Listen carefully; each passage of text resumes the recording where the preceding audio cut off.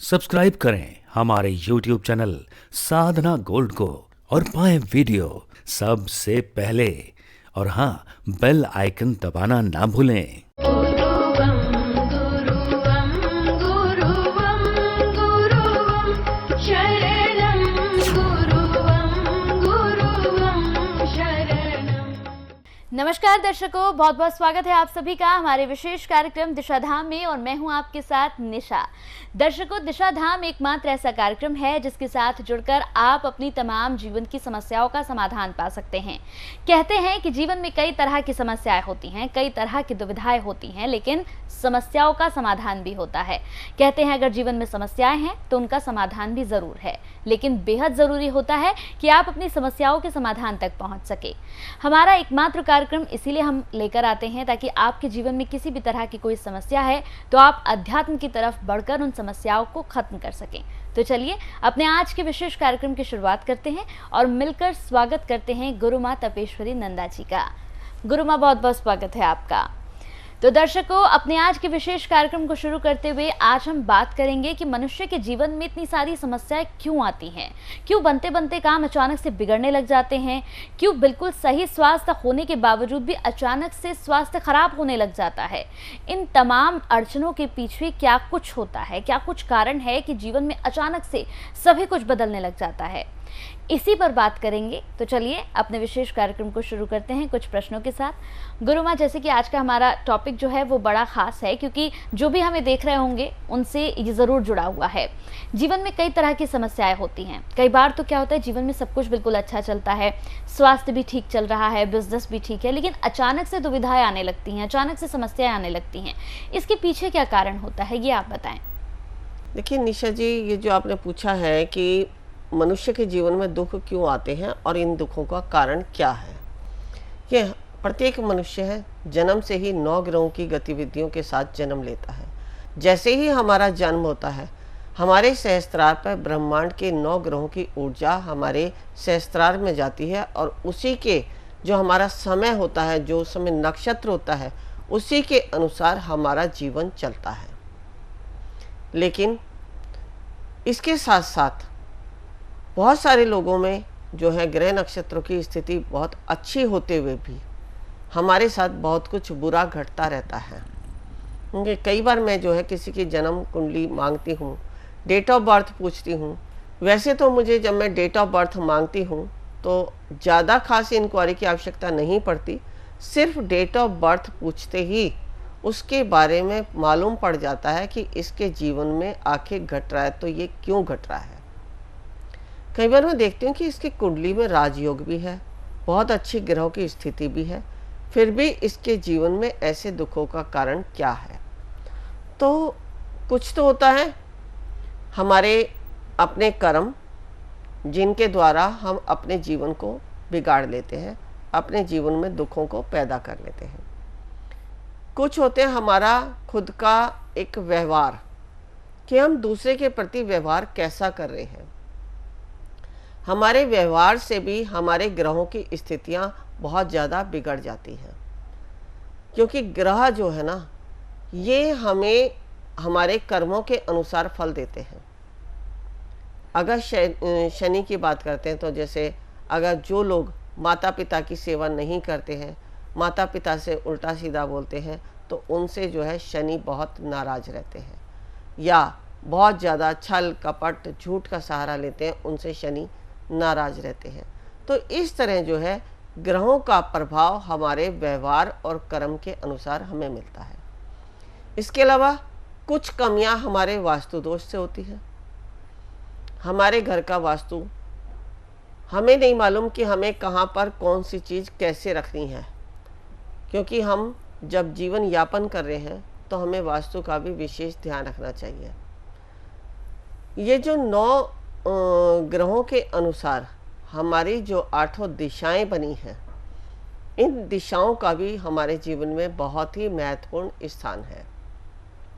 अगर हम इन दिशाओं का ध्यान रखते हुए अपने जीवन में इस अपने घर का या कहीं पर भी आपका कार्य क्षेत्र है उसका, या जो आप ज़मीन खरीद रहे हैं उसकी एनर्जी कैसी है, ये सारा आपको ज्ञान होगा तो आप जीवन में कभी भी इन सबसे जो है अपने जीवन में कष्टों को नहीं ला पाएंगे।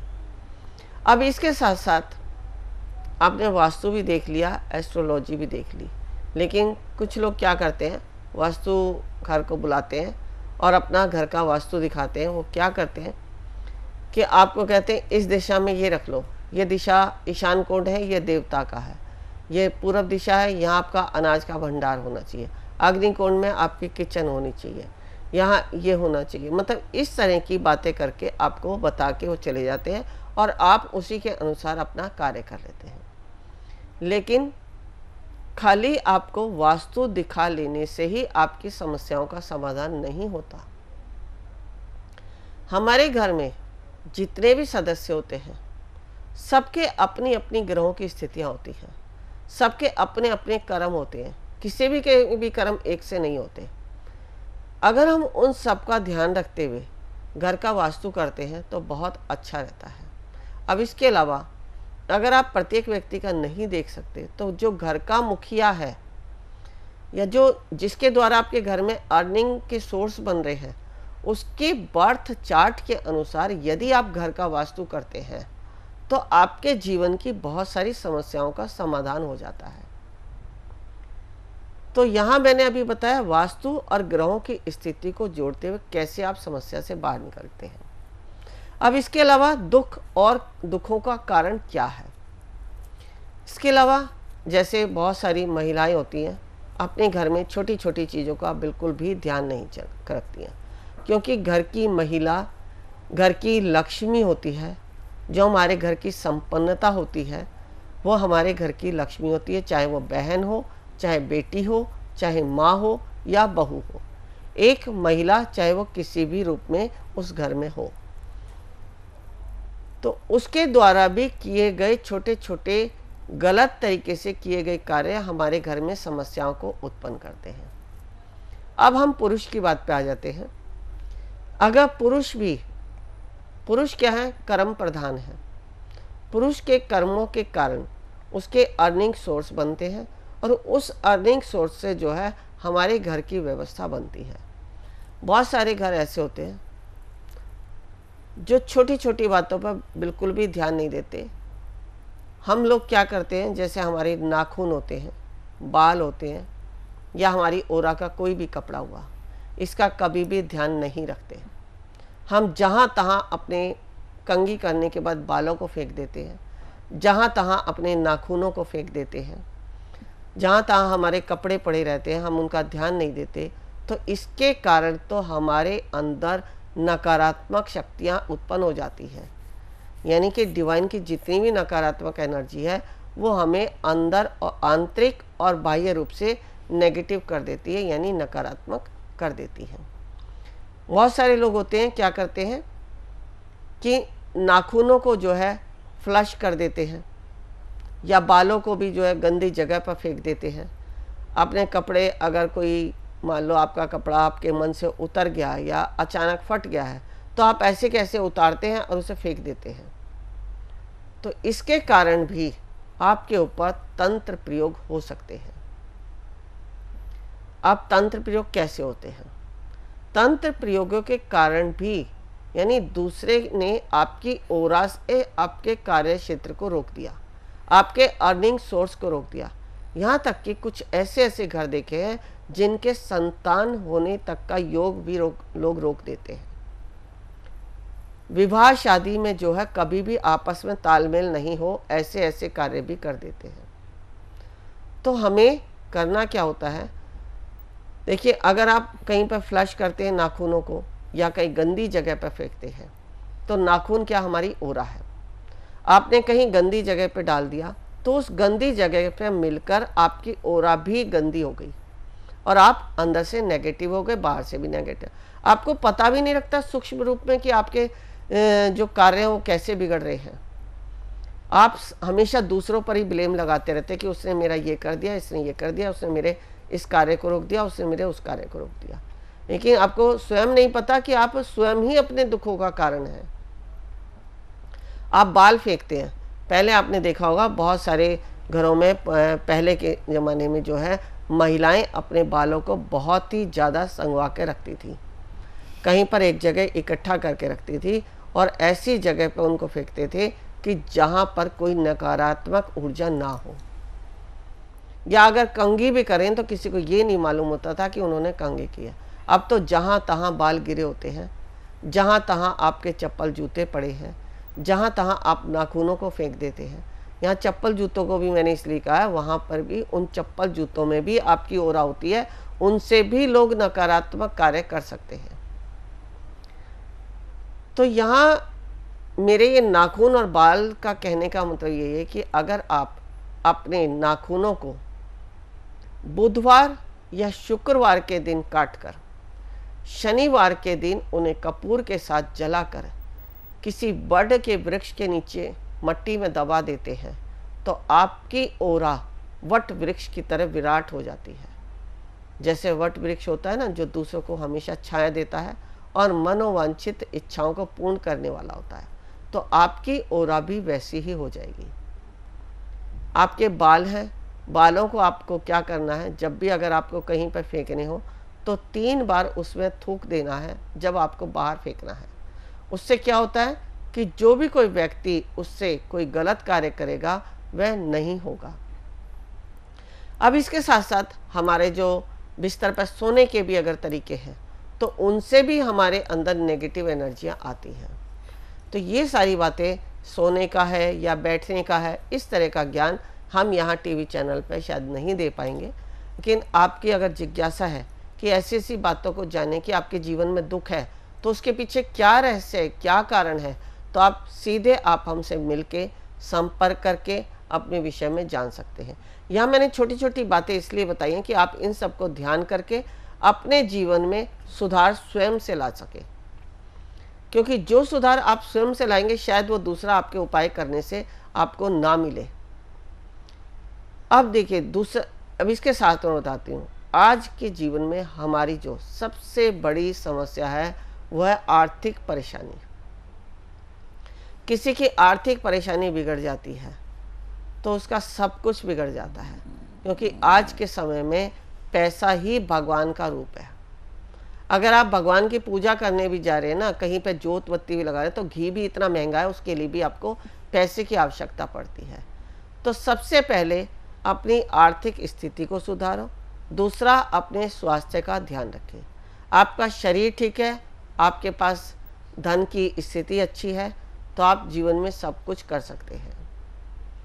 तो इसलिए अपनी आर्थिक स्थिति को सुधारने के लिए छोटे छोटे नियमों का पालन करो। ऐसे अभी आर्थिक स्थिति को सुधारने के लिए मैं छोटे छोटे टिप्स अपनी आगे आने वाली वीडियो में देती रहूँगी, जिनसे आपको बहुत ही ज़्यादा लाभ मिलेगा।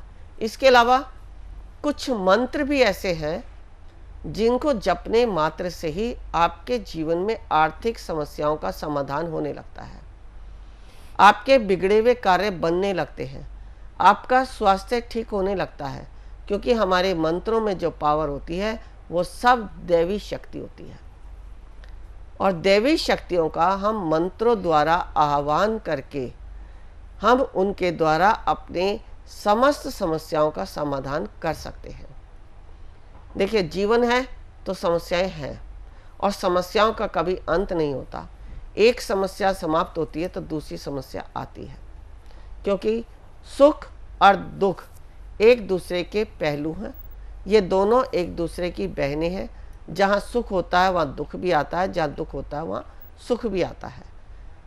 जहाँ सुख भी अगर ज़्यादा दिन नहीं टिकता तो दुख भी नहीं टिकेगा। आपके पास अगर कोई सुख आया है तो आप 15-20 दिन तो खूब अच्छे से भोगेंगे, लेकिन फिर आपकी स्थिति थोड़ी थोड़ी डाउन होती चली जाती है। आपको लगता है हम फिर से दुखी हो गए, लेकिन फिर थोड़ा सा फिर गाड़ी आपकी जो है फिर से सही चलने लगती है और फिर आपको सुख की अनुभूति होती है। कहने का तात्पर्य है कि सुख और दुख दोनों बहनें हैं। इसकी एक कथा भी है जिसको मैं अपनी आगे आने वाली वीडियो में बताऊंगी कि सुख और दुख का साथ क्या है।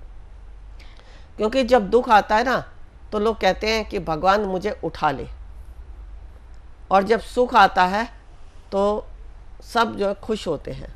यानी जो दुख है ना वो अपनी बहन सुख से कहते हैं कि क्या बात है, जब मैं लोगों के घरों में जाती हूँ तो मुझसे जो है परेशान होकर लोग कहने लगते हैं कि इससे तो अच्छा मौत आ जाए। मुझे तो लोग स्वीकार भी नहीं करते, और जब तुम जाती हो तो तुम्हें लोग जो है बहुत स्वीकार करते हैं। इसके पीछे कथा है, मैं आपको अपनी आगे आने वाली वीडियो में सुनाऊंगी, क्योंकि कथाएं और कहानियाँ हमें बहुत कुछ सिखाती हैं।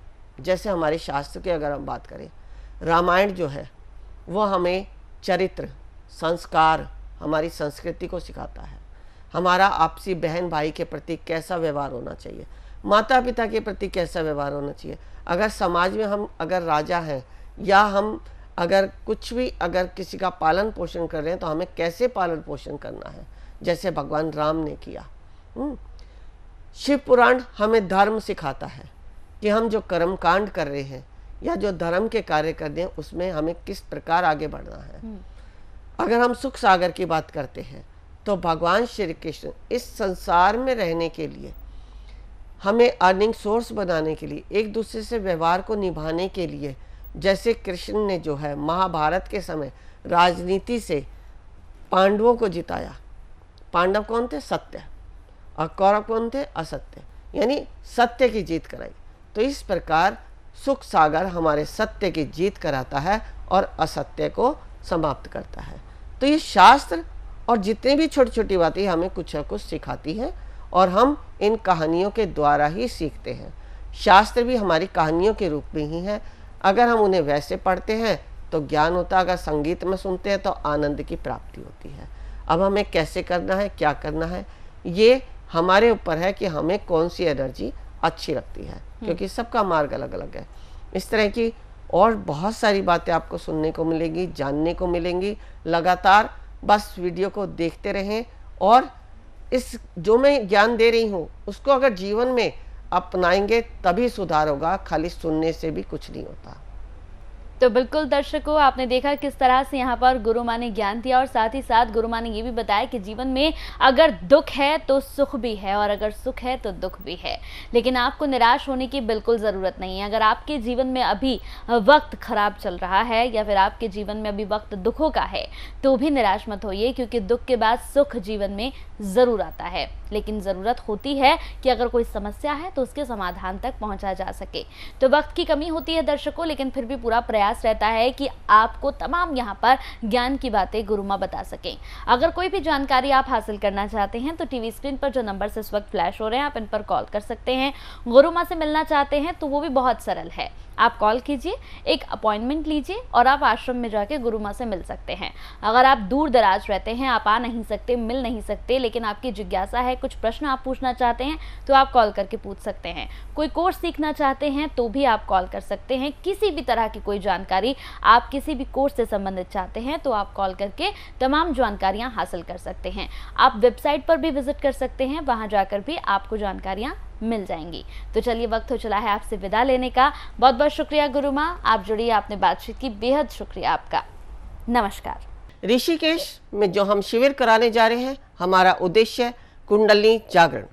कुंडलिनी जागरण के लिए आवश्यक है ओम को सिद्ध करना, नागपाश खोलना, विचारों से शून्य होना, समर्पण भाव आना, शरीर में बैठने की क्षमता होना, तभी आप प्राप्त कर सकते हैं कुंडलिनी शक्ति को।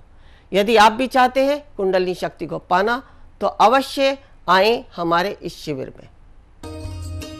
गुरु माँ तपेश्वरी जी बढ़ाए एक कदम अध्यात्म की ओर और पाएं स्वस्थ शरीर, संपन्नता व एकाग्रता।